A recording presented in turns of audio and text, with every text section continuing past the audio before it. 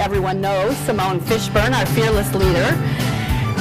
Well, both ladies on the stage here with me today are Brits, which is kind of interesting. Simone got her degree from Cambridge University in the UK and then did her PhD in postdoc work, spent a few more years in academia before she actually spent another decade in industry as a translational scientist.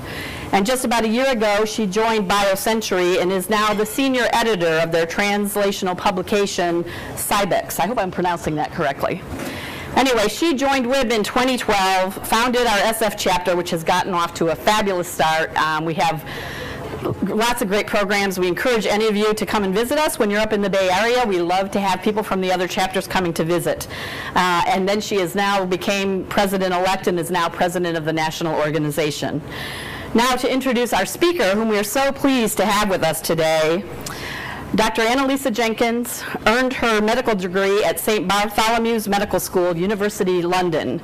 She then began her career as a Royal Naval physician, rising to the rank of Surgeon Lieutenant Commander and serving as the first female physician on the front lines during combat. Let's give her a round of applause. She started her family while she was still in the Navy, and that was a very long and storied career. And then she left the service to enter the biopharma industry in 1997, joining Bristol-Myers Squibb, where she was there until June of 2011, having attained the title of Senior VP Global Medical. She was then recruited by the CEO to become the Executive Vice President, Head of Global Research and Development at Merck Serono. That's the biopharmaceutical division of Merck. And that made her the only R&D head of a leading 20 global biopharma company at all. So we're so glad she's leading the way, but we hope there's many more to follow her. Currently, she is the chair of Transcelerate and sits on the board also of Biothera. Today, Dr. Jenkins is fighting for the right of women to stand alongside men in business as well as in battle. She is deeply committed to supporting women as they build their families and simultaneously pursue their academic, clinical, and leadership roles in the life sciences. She's also committed to closing the gender gap at all leadership levels in biopharma and in advancing women's opportunities in the life sciences. And I'm going to start actually as a British woman to a British woman and start at the beginning of your career and say to you, the Royal Navy, really? What were you thinking? And talk a little bit about that and how you made that decision and how you went from there to here. So yeah, it's a great pleasure to be here to support this amazing Women in Bio event at the beginning of Bio, out in the sun. We'll see how long we last up here before we melt, and I apologize for speaking through sunglasses. I think it was the first time I've ever done that before, but anyway. Yeah, the Navy. So I think the first sort of point of reflection really was that my career has been one of many different choices and steps along the way. So I think you can describe it more as a journey of choices. And so it was very straightforward for me. I came from a family where neither of my parents had been to college. And I entered medical school really knowing that I wanted to be a physician, and I'd known that for many years. But I hadn't quite worked out how I was going to fund it and how I was going to sustain that through the early years. And so it was really simple mathematics and finances. And I just happened to meet somebody actually when I was in my second year at medical school who said, well, Annalisa, why don't you go and think about joining the Navy? So I did. I wandered down to the recruiting office one day. I was 19. And I entered the door, and this huge guy, a guy called Rick Jolly, who was a very famous naval physician. He'd fought in the Falklands War and written a very famous book. He was there, and I said, I think I might want to sign up. And he said, well, there's a bit of an issue. We don't really take women, and in your year, we only take 20 candidates per year, and we've already taken 20. And I said, oh, let me tell you my story. And, 3 months later, there I was number 21. And actually, I was the second woman because there was another woman who signed up with me. So, and I suddenly found myself as a surgeon sub-lieutenant in the British Navy. And what I would say, which is relevant to the latest story, is when I signed up, they said to me, Well, as part of your contract, there are two things you need to know. The first is that you'll never go to sea, because women just don't go to sea. But there are plenty of other interesting things you can do in your career with us. And the second thing is that if you choose to start a family, you'll have to leave your commission. So I said, fine, sign me up, pay me the money. And so I was a medical student, fully paid up, and serving as a sub-lieutenant until I graduated. And then you actually did go. I did, yes. So be careful what you sign up for. So I did graduate, and as a physician in London, and I went off to do my general duties. And in September 2000,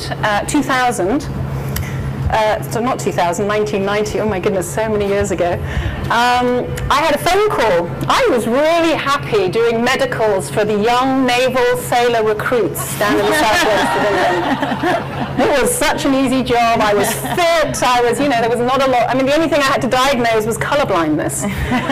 I got a phone call. I literally got a phone call, and they said, Saddam Hussein had invaded Kuwait. Desert Shield had started, and they had run out of physicians for the Combined Forces fleet.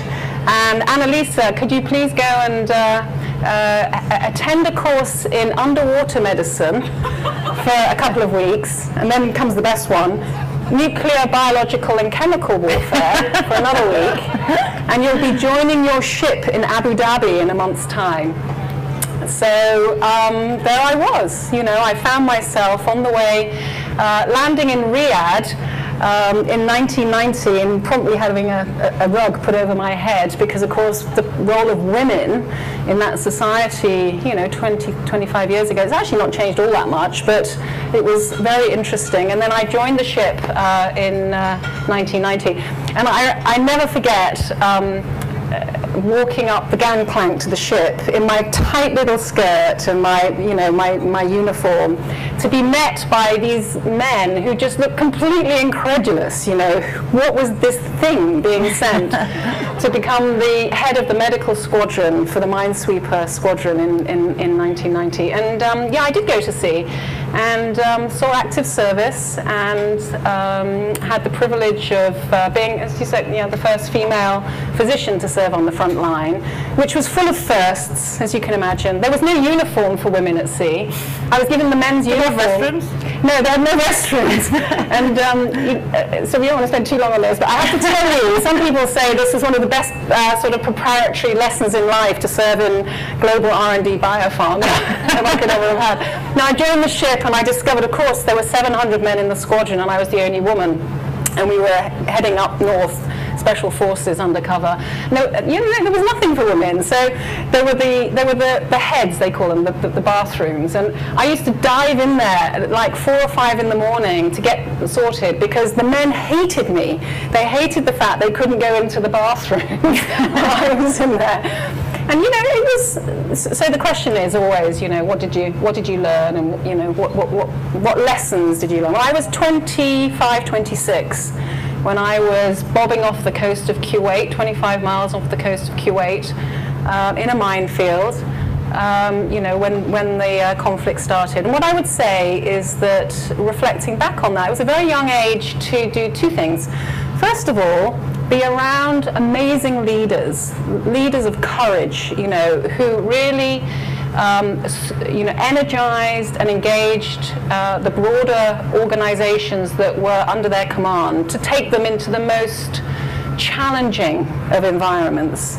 So that was the first thing I learned, was this power of leadership. The second thing I learned was the importance of decision making, and the ability to take decisions under pressure, and when not all of the information is clear, and just have to go sometimes and live with the decisions you make. And I would say the third thing I learned from these leaders is the importance of the most junior people in your team, and how paying attention and making sure that the most junior, inexperienced people were okay to come along on the journey with you, and that were set up to succeed, despite whether you were a general or an admiral, I saw and witnessed this at a reasonably young age. And so I think that I didn't realize I was learning all these lessons. I just was focused on keeping alive, actually. But no, it was an amazing experience. So first of all, I want to say, if people have questions, please, raise your hands, let me know. I can ask Annalisa questions all day long, but if you have questions, we'd love to, I know you'd appreciate hearing questions. So, while you think about your questions, let me ask you this. You later went, you started off with, I don't actually know whether the numbers are that bad, but 1 in 700, maybe they are that bad in pharma as well.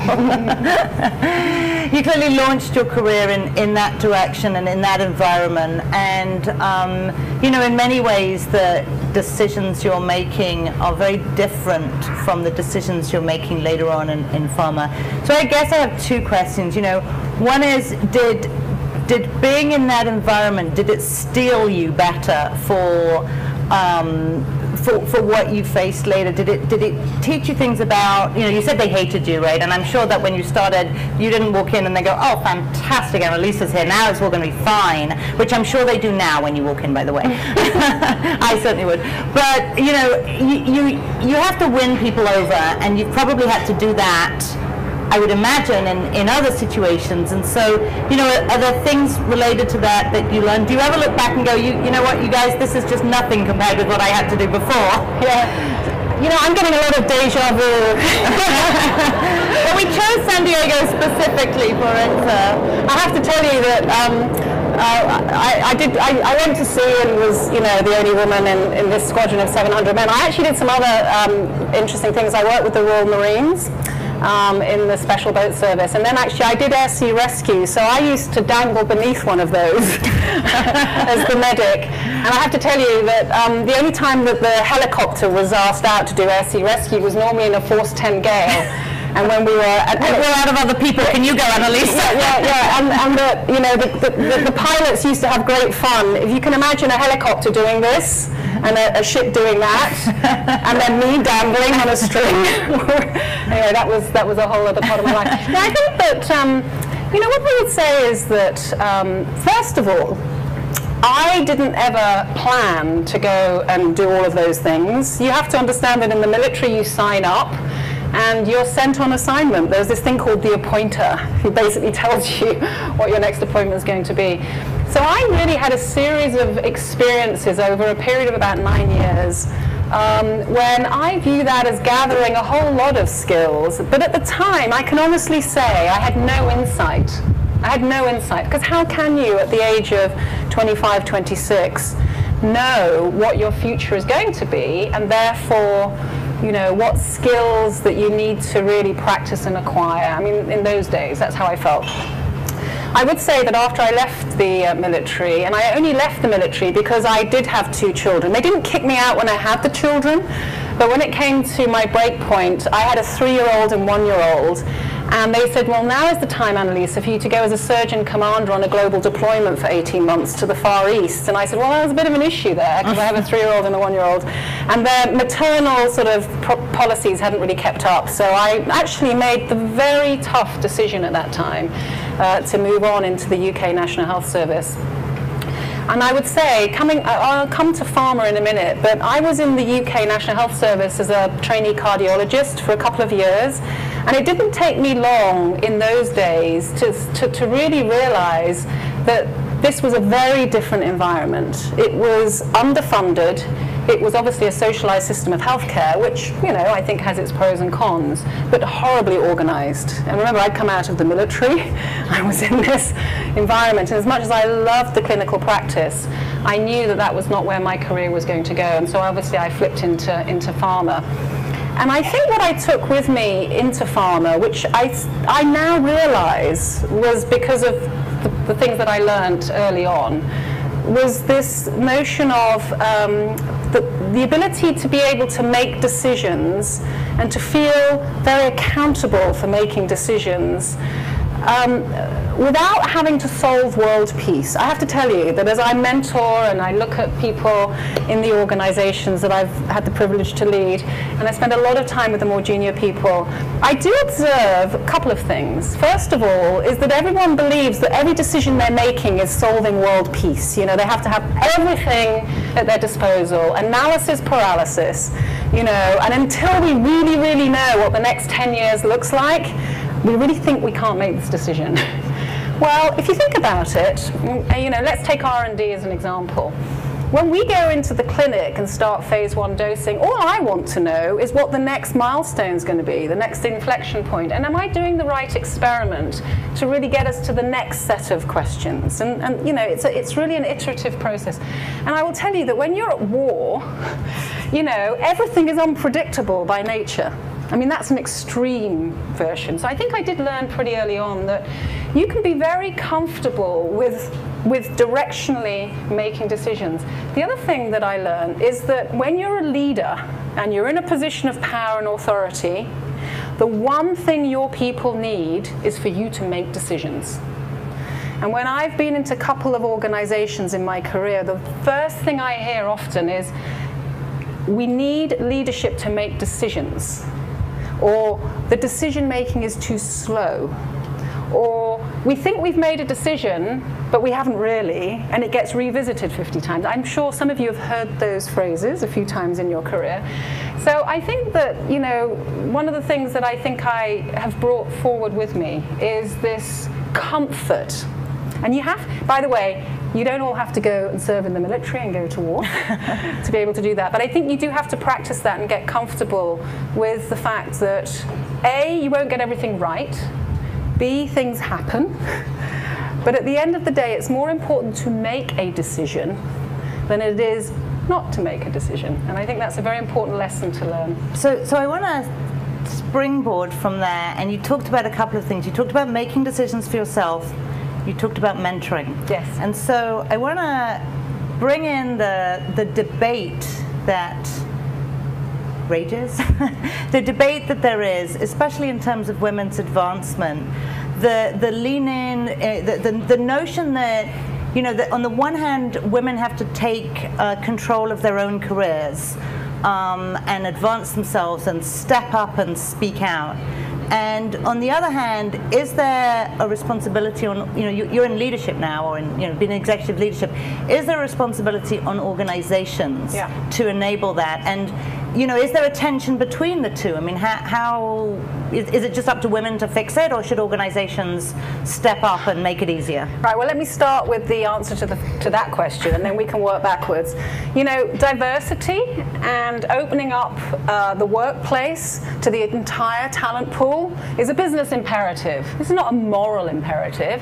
This makes business sense, and particularly in healthcare, you know, I find it odd that anybody could hold a position or justify a position which essentially excludes the advancements of half of the pipeline of talent on a global basis. So I mean, I think that the days for discussing whether diversity in all its different formats, including gender, is good for business and will lead to sustainable growth and value creation, I think that is over, you know. So what format does that take? Does that mean you should have quotas? I've heard people in my own organization, I don't know if you've ever had this conversation, you know, speak very, you know, well, you know, in my organization I have more than 50% women, or I'm not talking about my organization, I'm talking about what people say, that there are arguments against how that should be implemented. We all have a diversity team, a diversity policy, but at the end of the day you look at the numbers, are they doing anything? Yeah, so you asked about, you know, is it the women themselves or is it the environment they work in? And of course the answer is it's a bit of both. This is sort of the upstream, downstream. And I'll start by saying that I have a perspective on the quota topic. I hate quotas. I think that quotas perhaps have been a tool that have been used in certain societies. I'm sure you're all more familiar with the Scandinavian, you know, system, and I think that they really kick-started the discussion in the 80s and perhaps early part of the 90s. I believe that resorting to quotas today is a very sad sort of reflection on our modern, sophisticated societies. So I hope that actually if we can reframe the discussion into what I just talked about, which is around the business imperative, we won't need quotas. But I do want to talk a little bit about, is it the woman or is it the environment? All right?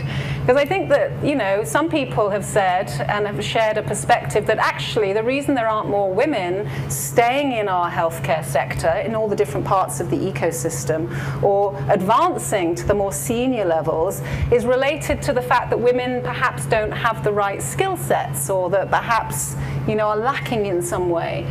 And I would say that that really is an excuse. It's not the truth, but it's like everything in life, and this applies to men, women, you know, across the spectrum on a global basis.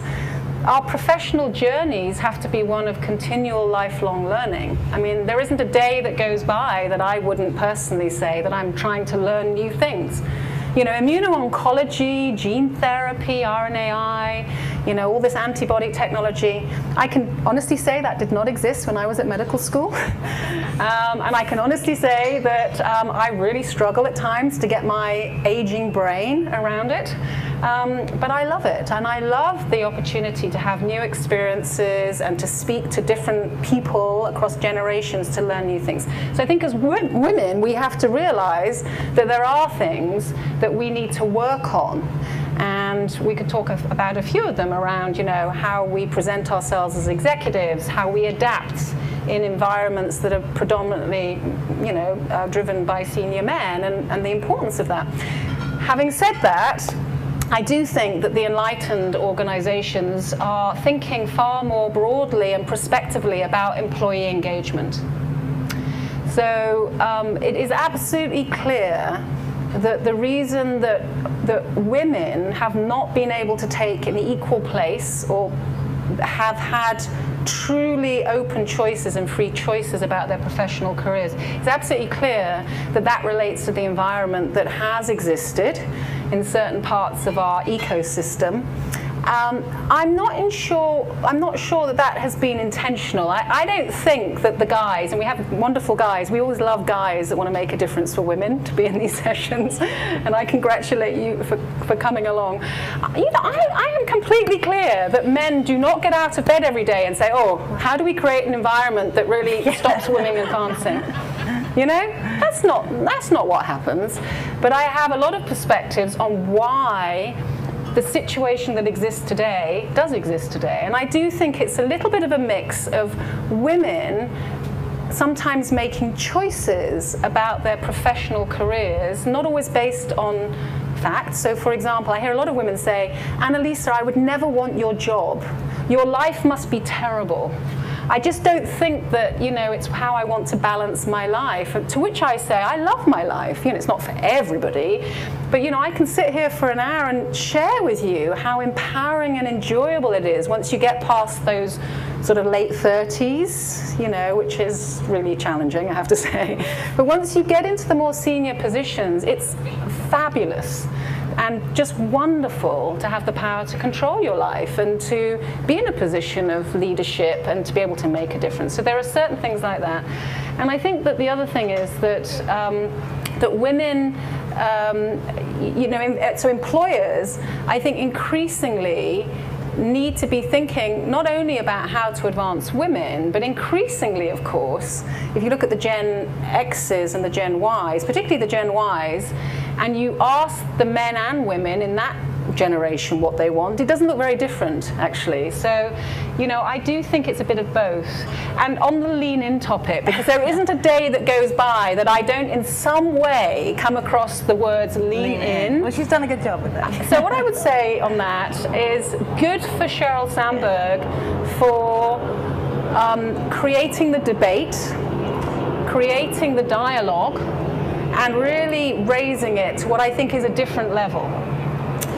You know, at the end of the day, though, a meme, actually. Yeah, so, she's really created that. I mean, I think though that speaking to why I spend a lot of time in this space, I do think though that as we're trying to really pay it forward and really enable the acceleration and growth of the next generation, I think women do have to be able to relate to and look up to role models that look a little bit more like them and feel like them. And as much as I admire Cheryl, you know, she's had a truly unique and remarkable career, and not all of us sort of end up with Larry Summers at the age of 25 and, you know, whatever, and have financial wealth at a young age to be able to manage in the way that she has. Good for her, wonderful for her, but I think we do need to be realistic about the fact that many of the things that I've been through in terms of family and, you know, trying to make my way through the layers of corporate America have been somewhat more akin to what I experienced in the Navy, you know, and not quite the experience perhaps that Cheryl has had. So I would like to open it up and see if people have questions. The question is really about communication, and are there different communication styles between, you know, men and women that are influencing this? Yeah, so I have two comments on that question. So on the communication side of things, when I was, I'll just tell you, when I came to the US for the first time, it was in 2001. And I'm, as you can hear, very British.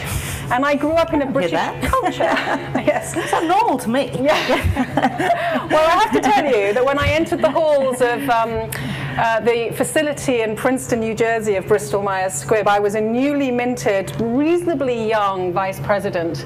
And I have to tell you, for the first 6 months, I thought I'd gone to another planet. I just used to look around and just think all of these executives must have been learning how to stand on a stage and be brilliant at communication, and they're mostly men, you know, from birth, you know, because as a British woman, that was not something we learned in high school, I have to tell you. And I soon realized that for me to be able to be a leader of change, to be able to be a leader who would engage you know, a group of people to come on a journey with me, I really had to work hard on two things. First of all, to get very comfortable to stand on a stage without a lectern, without 300 PowerPoint slides, yeah, and to be very comfortable in my own skin. And I actually decided to take on some media training. And actually at the time, it was very funny. We were using this, a very wonderful woman, Scarlett, to train our HIV physicians to be effective thought leaders and to present the clinical data. I mean, you know, that's what we do. What we were not very good is at training ourselves. So I said to Scarlett, could you take me on as a project for a year and just get me comfortable in doing that? And that was one of the best investments I had made. And she actually was doing this work to earn money because her day job was to be the media coach for Tony Blair and the Labour government, which I later discovered. Then she did a fairly good job in terms of the media. Yes, yes. So I would say that I was trained by somebody that was training the politicos in the UK how to do this. So I would say to all of you, you can have the best ideas in the world. You can be a remarkable person, and most of you, I mean, in fact, all of you are, because you're here today. If you can't engage and energize people around your vision, it's going to be very difficult for you. Okay, so I think investing in those skill sets are very, very important. Your second part of your question was about why do men not pick women? Yeah, and I've thought a lot about this, and I do think that there are a couple of things. First of all, two things. You actually have to be easy to love in the workplace. I often find myself coaching women who are very ambitious, which is great, have the drive, the brilliance, the intellect, but somehow see all of this as just a big battle. Right. And I say to them, look, at the end of the day, if you want somebody to take a chance on you, to really select you for this big stretch role, at the end of the day, they've sort of got to like you. And at least if they don't like you, there mustn't be too many antibodies. So I think this is this notion of Darwinian adaptation. I'm very big into this. You know, you have to adapt to survive. Now, some of you will say, well, why should I? Well, because this is really, you know, the senior halls of big corporate America or in academia. It's all a social pool of really interesting social anthropology and psychology. You've got to think about that. That's the first thing. The second thing is, and this is, I think, a very important point, is this role of sponsorship and sponsors. You know, people get into senior roles in companies not because of their CVs, not because of their achievements. We swim in a sea of intellect and brilliance by the time you get to senior levels in a corporation. It's because of who you know and who is prepared to act on your behalf. And trust me, there are many men out there who care passionately about advancing women. I wouldn't be on this stage today without 3 or 4 men, a couple in the military, a couple who you know very well because they're in very senior positions in the biopharma world, and a few other men that have been consistently prepared. By the way, a couple in the management consulting world. Do not underestimate the power of those senior partners at McKinsey, BCG, Booz, across the board. These are the people who are always being asked for their advice around the up-and-coming leaders, the people that should be put forward for roles. You need sponsors, and you need a network of people who can quickly get the senior decision makers comfortable with you. Because if they don't know you, they've got to quickly get comfortable with you. And as I always say, if anyone looks at my resume and sees, Surgeon Lieutenant Commander, British woman, it's not the obvious place to start when you're wanting to get comfortable with the thought of having that person on a board. So you do need to make sure you have sponsors who are prepared to really help enable and accelerate that process. Thank you, Annalisa. That's just a fabulous answer. Did you have a question too? Yes? So the question is, Annalisa she's the chair of Transcelerate, and what's her next journey? Where do you go from here? And I'm going to add to that, how do you make the decision? Yeah, how do you make the choice? So I would say that I'm very comfortable with this notion of a career as a life of jobs and not a job for life, and I'm sure you probably are all very comfortable with that.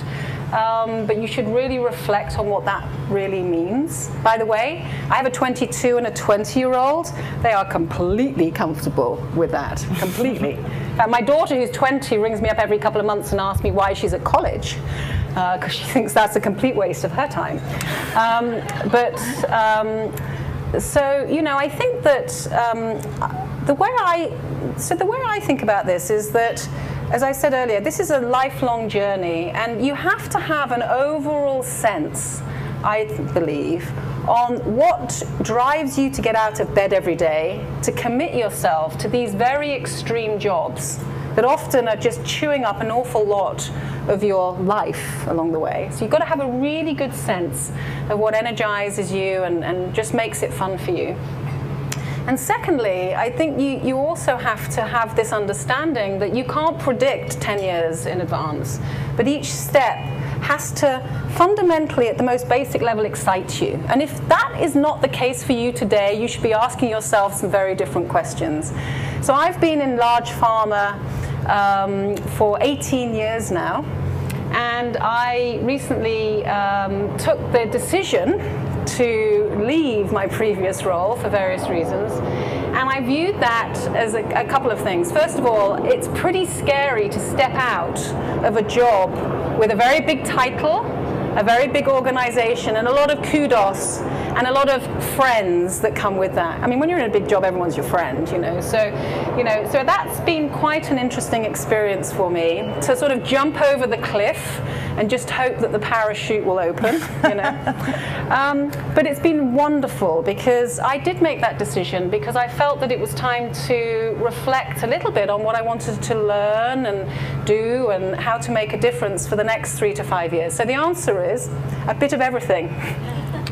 I'm very fascinated by the biotech sector. And the reason I say that is because I've been around large pharma and mid-cap pharma and the evolution of that sector for the last 18 years, and there's been a huge evolution of that sector. Some would say not enough of an evolution of part of that sector, and I'm really, really interested in perhaps working and living in a different part of the sector for a few years. And so I've made a decision to, and I just recently joined, and I'm joining a couple of boards. I'm obviously chairing the non-profit Transcelerate, and I am probably, we'll see, I'm going to take a leadership position more in the sort of startup, but I'm not brave enough to do real startup because that's a little bit beyond me for now. But you know, what I really want to do is make a difference. Of course, we all come to work to make a difference. Do meaningful work in areas of healthcare innovation. That you know, inspire me, and hopefully with the opportunity to reshape a different part of the sector. Now, it doesn't mean to say that, you know, I might not flip back into a different part of the sector at some point, but I sort of feel that my resume is very dominated by big global pharma. And to be a better leader in big global pharma, it'd be really cool for me to go and experience what it feels like to be in the world that some of you work in, which I think is very, very different. The only other thing I would say is, and I think this is something that I've realized, is that I spend a lot of time these days with the next generation, and I try and spend time with people working in devices, tech world, pharma, insurance, you know, the whole insurance sector. And what I've come to realize is that the ability to cross over through different parts of our sector is one of the scariest things to do, to leave behind comfort, but is actually one of the best things to do to accelerate as a leader. And so I would say to all of you, if you're thinking about a career transition, look a little bit more broadly and see if you can pick up experiences. Because the more I talk to the next generation in, say, the tech sector, I realize how much I do not know about the accelerating advancements in technology and how that's fundamentally going to impact the way that healthcare is delivered on a global basis. And I'm always looking for intellectual challenges. So I would encourage everyone to think of this as a journey across very different parts of the ecosystem. So I want to say, first of all, those of you who are entrepreneurs and are working in real startups are braver than somebody who hung out of a helicopter. Oh, absolutely. Absolutely. It is risky. You know. It is risky. But you know, it's interesting, that risk question, you know, courage, resilience, and ability to take risks. You know, if you talk to a lot of senior leaders, and you talk to the guys, I mean, talk to a lot of the men who inspire you and are in very senior leadership positions, they all have things in common. This ability to have courage and resilience. Remember, it's a marathon, it's not a 100-meter dash, you know, resilience over time. And the ability to take risk. And remember that innovation, well, the way I think about innovation, you probably have many different sort of definitions of it, is the ability to have this creative thinking combined with risk-taking. Because you can be as creative and la-di-da-di-da as you want and sit around forever being creative. But unless you have the ability to place a bet and inherently to take risk, you know, that's why the US is just, you know, at the leading edge. And that's why there are other countries around the world and geographies that really struggle with this. So ability to take risk is a very important thing. All right, so let me just say, I'm going to take a couple more questions. We have to wrap this up shortly, so hopefully you'll be around if people have more questions for you. I think this is just incredibly interesting. Let's go ahead. Question here. The question is around, you know, women having an internal struggle around power and ambition. And reconciling that with actually, you know, I'm privileged enough to have been part of an organization called the Center for Talent Innovation, which is a policy think tank based in the US, but with a global reach. And we've been doing a lot of work, and it's research based, and we publish all the research. And we've been doing some work recently because I had exactly that same hypothesis, that words and concepts, when you put them to a group of women and then you put them to a group of men, you might fundamentally get different answers. Well, guess what? That's absolutely the case. So if you talk about power and ambition as words, to a group of senior women, there's a sort of nervousness about whether that's okay and whether it is okay to go and embrace ambition and the notion of power. Our research also helps us to understand that women actually, so graduate women who are professional women, have the same, if not more, levels of ambition than men. Remember, a lot of people wondered whether women just didn't have the right levels of ambition. Well, that's not the case, and they certainly have the drive. But often they're not prepared to embrace that and to step forward and to leverage that power. Now, a very simple example. I'm in the part of my life where, I determine when I go to the office, when I'm at home, when I take phone conference calls and all that sort of thing. And I have some very basic rules, no calls after 11 o'clock at night, no calls before, 6 o'clock in the morning. Well, I have to tell you, that's about power. That's about saying, I'm in control of my life, and I will try and ensure that I'm optimally effective by making decisions about how I manage my life. I will tell you that the guys are much better at it. Let me just put it like that. And when you put a call on the schedule at 3 in the morning, California time, because it's to Europe, it'll be the women that's on the call, and the guys will basically say, I'm not available. All right, so this is a very little example, but there is an issue with that. And I do think that that's something as women we need to talk more about, and why power is not a bad thing as long as you channel it in a positive way. As you do well, you increase your power to do good, and that's the way I've always viewed my career. And the other thing is, you are in control of what you do when you have power, and you have the ability, hopefully, to model how you want the workplace to look in the future. And there's no greater privilege than that as a senior executive. So we a little bit over time. I know we have one more question. Let's take one more quick Short question, answer. and then we'll wrap it up. But Yeah, make it short. the question around fear. How do you channel that fear? How do you handle that fear? And the last bit is, does it get less over time? No, it gets worse. So I think fear is an interesting word. I mean, the more senior you are, clearly the decisions that you're being asked to make, when you're moving a program into phase 3, or it doesn't matter. So when you're moving a highly innovative therapy for the first time into the clinic in humans, or if you're being asked to invest 500 million in a phase 3 program, or, and then there are multiple different decisions we have to make. No, absolutely, there is a degree of severe anxiety that goes with that.